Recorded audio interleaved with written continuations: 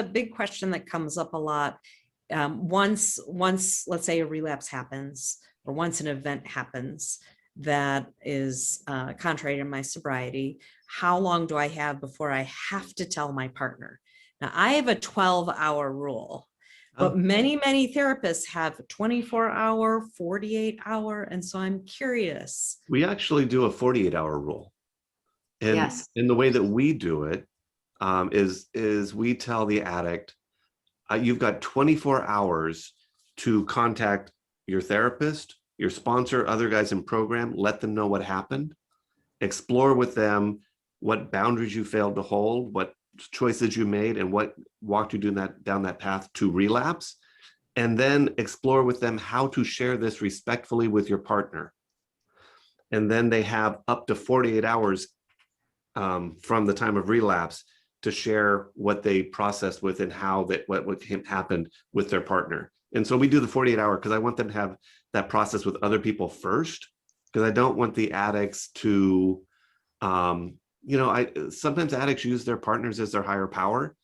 I relapsed, I'm going to tell you, you're going to be understanding, and I'm going to take in that understanding and feel better about myself and get myself back on track. Or I'm going to tell you, you're going to be angry, I'm going to feel guilt about that, and I'm going to use that sense of guilt to get myself back on track, which is really, I'm using my partner as, my higher power to sort of get me back on my recovery path. And I don't want partners to be in that situation. It just feels manipulative to me.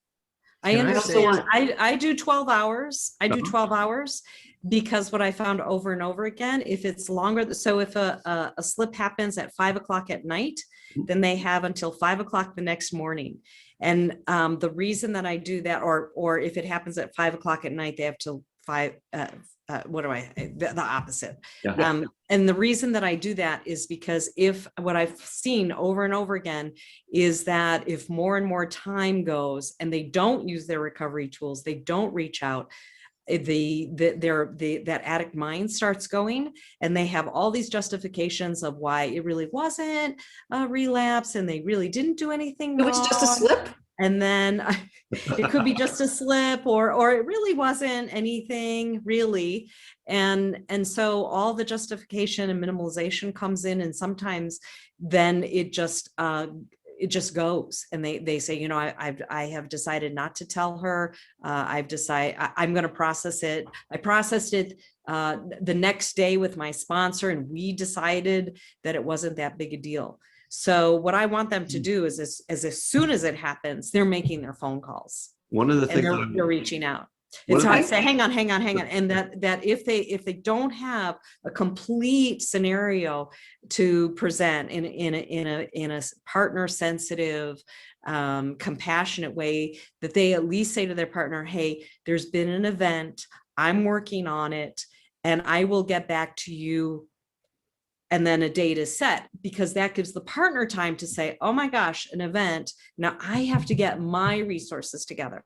I need to call my therapist. I need to call my support team, whether that's family. Maybe I need to set up childcare if this is going to be a big deal. I need to take care of myself, but at least I've got cues, the cue that I'm going to be able to have time to do this. Yeah.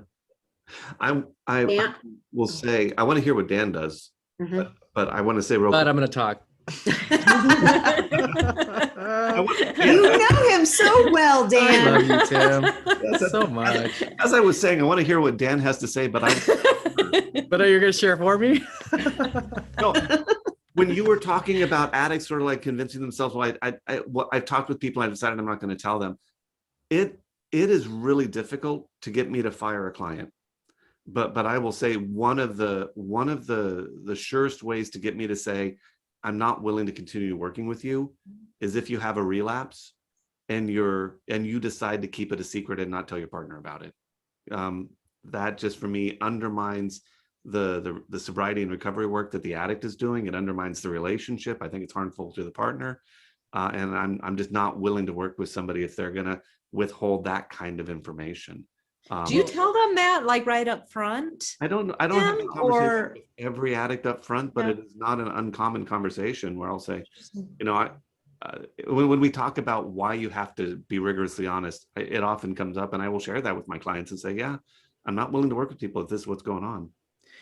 And I appreciate that, Tim. I've been in situations where I feel like I'm colluding with a con, where I'm like implicitly gaslighting by saying, no, nothing's going on when there are things going on. And I hate that feeling in my own integrity as a clinician. So I really appreciate that.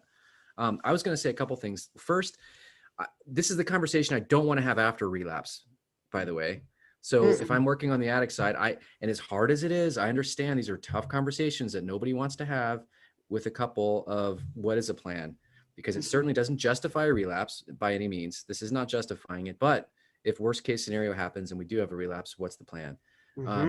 And I've hoped for the best sometimes and not had this conversation before with some couples. And then all of a sudden we're here and like, well, I think your partner would want this, but I never actually found out. And that's not what I want to be doing. I don't want to be speaking for the partner. So hopefully the boundary, maybe I'm just simple, but the boundary, the partner says, this is what I want to know. And then I look at if it's an inner circle violation, there's no wiggle room. Did you violate your inner circle? And if you did, then you got to tell your partner because they wanted to know within this time frame.